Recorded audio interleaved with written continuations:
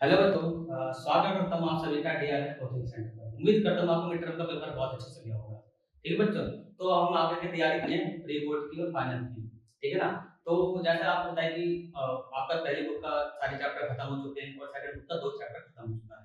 तो आज हम इस वीडियो में प्री बोर्ड और बोर्ड एग्जाम के लिए तैयारी करने वाले हैं। तो आज हम इस वीडियो में स्टार्ट करेंगे चैप्टर नंबर 3। इसका नाम है नियोजित विकास की राजनीति। ठीक है ना बच्चों? तो ये आप टॉपिक देख रहे हो, तो आज आप ये टॉपिक पूरा आज के वीडियो में हम कवर करेंगे। तो बच्चों जैसे देख रहे हो कि पहला टॉपिक जो आपका है नियोजन।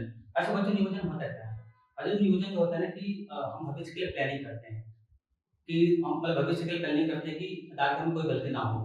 मतलब तो नियोजन वो चीज को कहते हैं कि हम वर्तमान में सिर्फ प्लानिंग करते हैं ताकि भविष्य में होने वाले उसकी गुंजाइश कम हो। ठीक है ना? जैसा आप जानते हो कि अब जैसे कोई बिजनेस है, हमें अगले 5 साल की 10 साल के लिए करना होता है, लेकिन उसके वर्तमान में हम प्लानिंग करते हैं कि हमें क्या गलती सुधारनी है, क्या गलती नहीं करनी है। तो ये सारी चीजें हम नियोजन में देखते हैं। तो ये चीज आपके भारत सरकार भी करती है। तो भारत सरकार जानते हो कि 2 मॉडल अपनाया जाता है विकास के लिए। एक होता है पूंजीवाद और एक होता है समाजवाद। ठीक है बच्चों? पूंजीवाद आप जैसे जानते हो कि जिसमें एक व्यक्ति मालिक होता है या एक फर्म मालिक होता है। जिसमें सारा कंट्रोल किसके हाथ में होता है, या फिर एक व्यक्ति के हाथ में होता है या फिर एक कंपनी के हाथ में होता है। और ये ज़्यादातर जो पूंजीवाद मॉडल चलता है ये अमेरिका के यहाँ विदेशों में, जो यूरोपियन कंट्री में ही चलता है। समाजवाद का मतलब होता है बच्चों की जिसमें भारत में जो भी गतिविधि चल रही है उस समाजवाद यानी सरकार का है, सरकार के नियंत्रण में होता है। इसमें जो भी रूल्स एंड रेगुलेशन बनाए जाते हैं वो सरकार के अंडर में बनाए जाते हैं। ठीक है बच्चों? तो ये विकास का 2 मॉडल है, लेकिन भारत में ये दोनों चलता है, पूंजीवाद और समाजवाद। इसलिए विकास का 2 मॉडल को पूंजीवाद और समाजवाद कहा जाता है। और भारत में इसको क्या कहते हैं, मिश्रित अर्थव्यवस्था। मिश्रित का मतलब होता है बच्चों पूंजीवाद समाजवाद मतलब आधी प्राइवेट होती है और आधी गवर्नमेंट होती है। प्राइवेट में वही आपका पूंजीवाद जैसा आप एड मार्कर में देख रहे हो, और समाजवाद में आपका जैसे लिखा है कि गवर्नमेंट। तो ये आपके 2 मॉडल होते हैं। अगला टॉपिक आपका योजना आयोग। मतलब योजना आयोग का मतलब होता है कि हमें भविष्य के लिए क्या प्लानिंग करनी है देश को बचाने के लिए, या फिर देश को और विकास किस तरीके से करना होता है। ठीक है बच्चों? ये योजना आयोग में देखा जाता है और ये हर सरकार करती है, चाहे वो अमेरिका की सरकार हो, जब आप कोई भी ब्रिटेन ले लो, चाइना ले लो, कोई भी ले लो, हर सबका अपना-अपना कोई ना कोई योजना आयोग होता है। तो हमारे देश में योजना का स्थापना की गई आज़ादी के बाद से। आज़ादी हमारे 1947 में मिली थी और स्थापना इसकी हो चुकी थी 1950 में इसकी स्थापना हो चुकी थी। और जैसा आपको पता है योजना आयोग की जिम्मेदारी किसके पास होती है? प्रधानमंत्री के पास होती है। क्योंकि अगर हम योजना की प्लानिंग करते हैं कि भाई देश के लिए हमें क्या करना है, क्या कमी है, क्या चीज़ को नहीं करना है, क्या चीज़ को नहीं करना है, तो वो आपका प्रधानमंत्री के हाथ में होता है। इसमें मतलब प्रधानमंत्री अप्रूवल नहीं करता है तो ये योजना आयोग आगे नहीं बढ़ता है। तो ये आपका योजना आयोग होता है। और इस योजना आयोग को अब जैसे जैसे आगे बढ़ा तो ये उतना सफल हुआ नहीं। ठीक है ना? तो आगे चलकर क्या हुआ, 1 जनवरी 2015 को इसका नाम बदलकर योजना आयोग से नीति आयोग कर दिया गया। क्यों ऐसा किया? क्योंकि योजना आयोग की सफलता मिल नहीं रही थी, इसलिए सरकार ने सोचा कुछ बदलाव करना चाहिए देश के अंदर। उन्होंने इसका नाम बदलकर नीति आयोग कर दिया था। मतलब इसके अंदर नीति किस तरीके से बनानी है देश का विकास करने के लिए, ये आपका 1 जनवरी 2015 से और नए बेहतर तरीके से देश को बनाया जा रहा है। और आज सरकार बहुत अच्छे तरीके से इस योजना आयोग पे या फिर जो आपका नीति आयोग है उस तरीके से अच्छे से काम कर रही है। ठीक है बच्चों? तो ये आपके टॉपिक खत्म हुआ नियोजन, विकास के 2 मॉडल और योजना आयोग। अगला टॉपिक आता है पंचवर्षीय योजना।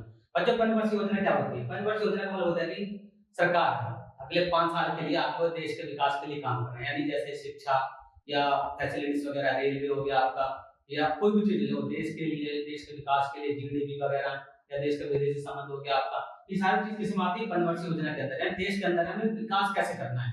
सूच लेकर धागे जो भी चीज़ चल रही है उसका हमें विकास कैसे करना है उस 5 साल के अंदर। वो जो पंचवर्षीय योजना होती है 2 तरीके से होती है।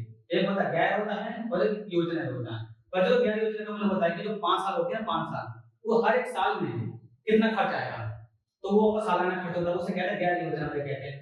योजना व्यय का मतलब होता है कि 5 साल में कितना बजट होगा, कितना खर्चा आएगा, उसे योजना व्यय कहा जाता है। तो ये दोनों मिलाकर आपका बच्चों बनता है पंचवर्षीय योजना। भारत में पहले पंचवर्षीय योजना जो लागू हुई थी 1951 से 1952 के बीच में, और उस टाइम पे हमारा जो विकास बहुत धीमा था। अ, पर्यावरण तो काफ़ी अच्छा चला था, लेकिन हमारा जो कहते हैं ना कि देश का जो टेक्नोलॉजी वगैरह थी उतनी विकसित नहीं थी। क्योंकि उस टाइम हमारा देश काफ़ी धीरे-धीरे आज़ादी हुआ था। ठीक है ना? तो जैसे-जैसे हमारा देश आगे की ओर बढ़ा, 1952 से हमारी दूसरी पंचवर्षीय योजना आई, जिसमें सरकार ने कुछ बेहतर करने की सोची। क्या? जैसे रेलवे को या पढ़ाई चीज़ को लेकर या पर्यावरण को लेकर, और जो हम प्राइवेट स्पर्श का मतलब होता है कि जो राजवाड़ी वगैरह को क्या फ्री में पैसा है वो सब बंद करा दिया गया था। मतलब इसमें मेन चीज फोकस किस पे किया गया था बच्चों, कृषि पे और टेक्नोलॉजी पे, इस पे ज्यादा बेहतर फोकस किया सरकार ने हमारा। तो ये आपको बेटा था पंचवर्षीय योजना के बारे में। देखो पंचवर्षीय योजना तो लागू हो गई, लेकिन दिक्कत ये हो गई काफी लोगों ने विरोध किया। तो ये विरोध सबसे पहले कहाँ स्टार्ट हुआ था, वामपंथी और दक्षिणपंथी।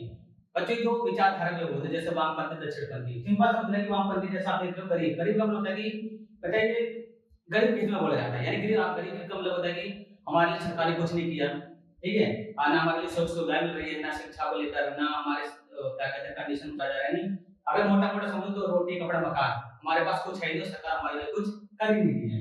ये होता हमारे वामपंथी, दैट पर्सन को अफोर्ड गरीब। और दक्षिणपंथी का मतलब अमीर, जो कहते हैं कि हमारी संस्कृति का हनन हो रहा है, हमारी संस्कृति को लेकर मजाक उड़ाया जा रहा है। जैसे कोई मूवी आती है, जैसा आपने देखा होगा, अगर कोई भी उसमें ऐसा सीन आता है जो हमारे सनातन की बहुत खराब होता है, तो कितने जैसे मतलब देख सकते हो कि इसमें आप शाहरुख खान या कौन सा चीज आती है तो उसके लिए बड़े बड़े केस चलते हैं, इसमें मार मारी हाथापाई पर हो जाती है। तो इसीलिए जो वामपंथी है दक्षिणपंथी के लोग हैं ये चाहते हैं कि हमारे लिए सरकार कुछ करे, ठीक है ना। तो गरीब गरीब भी बोलते हैं, अमीर भी बोलते हैं। तो ये सबसे पहले विरोध इन्हीं इसे उठाना, फिर ऐसे करते करते करते करते पूरे भारत में फैल गया था। तो बच्चों आज मैंने इस वीडियो में क्या समझा, नियोजन, विकास के दो मॉडल, योजना आयोग, पंचवर्षीय योजना और ये वामपंथी और दक्षिणपंथी। इसमें जो आज सबसे मेन टॉपिक तो आपका है विकास के दो मॉडल, योजना आयोग, पंचवर्षीय योजना। ये क्वेश्चन आपका 4 से 6 नंबर के बीच में आते जाता है। ठीक बच्चों, तो उम्मीद करता हूँ कि आज का टॉपिक आपको समझ में आया होगा। तो चलिए बच्चों नेक्स्ट वीडियो में, धन्यवाद।